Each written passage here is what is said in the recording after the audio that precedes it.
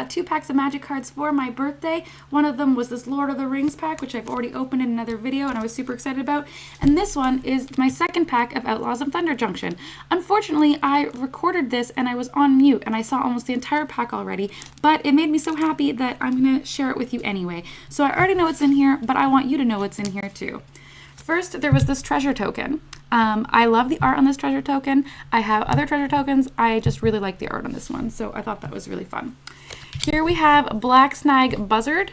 This is a creature bird flying. Black Snag Buzzard enters the battlefield with a +1/+1 counter on it if a creature died this turn, and plot 1. So I've seen the plot keyword in Arena very quickly, but I didn't know what it did, and I didn't actually read this card in my mishap earlier, so I'm learning live what plot means.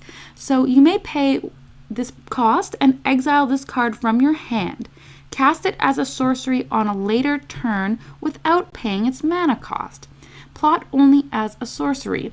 So this is very interesting, and I'm not sure how you keep track of all these things that you plot, but that's a very interesting mechanic. Here we have Reckless Lackey, which is a creature goblin pirate. I did love that there's kind of an emphasis on outlaws in this deck. I do have a thing for pirates, as you might know from my Instagram. So I am super excited to see all these kind of pirate cards in here.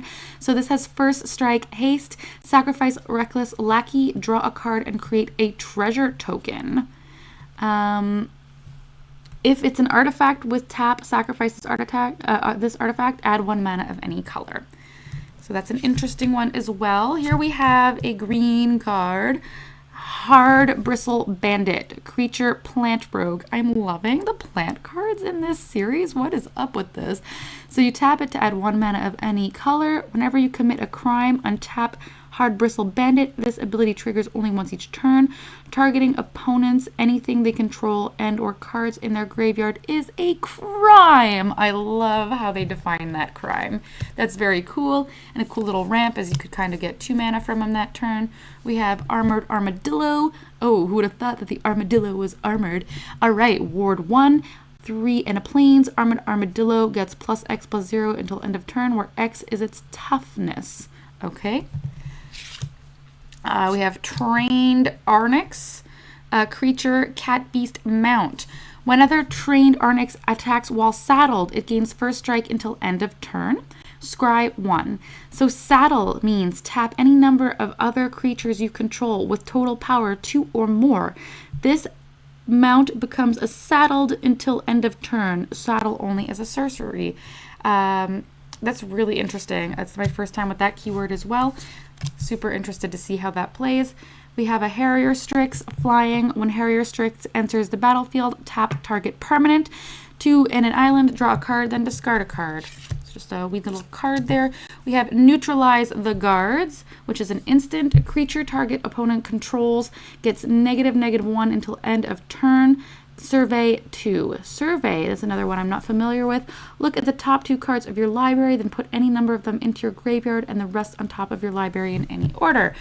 Interesting. So I guess that's kind of a card you'd have in a deck where you put a lot of things in your graveyard. Here we have a vehicle, Luxurious Locomotive. I am loving the titles of the cards in this set and the art. I find it very vibrant. I find the names very clever. I'm really into it. So whenever Luxurious Locomotive attacks, create a treasure token for each creature that crewed it this turn. If they're artifacts with tap, sacrifice this artifact, add 1 mana of any color. Crew 1. Activate only once each turn. Tap any number of creatures you control with total power 1 or more.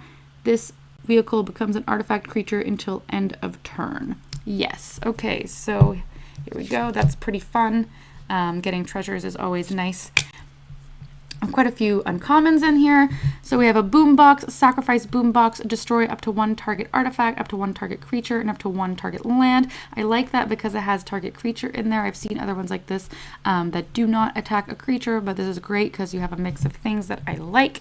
So that's pretty fun. Here we have a great card. We have Spire Bluff Canal. It is a land that is blue or red, but also it enters the battlefield tapped unless you control 2 or fewer lands. So if you have, up to 3 lands, it comes in untapped, which makes it, you're able to use it early in the game when you need the land, which I think is really cool. So here we have one of those cards with the really fun set art. I love this like wanted poster art. I'm really into that. And it is a green card, so it may end up in my Simic deck. Target creature you control gets +1/+1 until end of turn. Sorry, I'm leaning on the table weirdly. It's kind of making it vibrate. Gains +1/+1 until end of turn. It deals damage equal to its power to target creature you don't control. So you get to target something without going into combat, which I always enjoy because you can just kind of take something out if you have the ability. And I have a lot of bigger creatures in my Simic deck, so that sounds like something that would go nicely. Here we have Prickly Pear. Prickly Pear, I love that it's a plant. I'm not used to seeing plants this often, especially not in red. Enters the battlefield, create a 1/1 red mercenary creature token with tap. Target creature you control gets +1/+0 until end of turn. Activate only as a sorcery. That's pretty interesting. Here we have just an island, which was at the beginning, but I mucked up. And then finally, which I'm super excited about because it's a Simic card, is this creature, Doc Orlock, Grizzled Genius. I love the art on this card, even though I've already seen it. I'm still like, whoa, this is so cool. Legendary creature, Bear Druid. We got a Bear Druid up in the house. Spells you cast from your graveyard or from exile cost 2 less to cast, which is super fun. And plotting cards from your hand costs 2 less. So that is incredible now that I know what plot means. If you can kind of shave 2 mana off of it and play it on another turn. That is wild. You can just plot a bunch of stuff if they have that ability. This would be really cool for a plotting deck. Has anybody tried out this card? I'm super into it. I think it's so cool. Alright, so thank you for bearing with me. Sorry about mucking up the card order on that one. I hope you have a great day and stay tuned for the next one.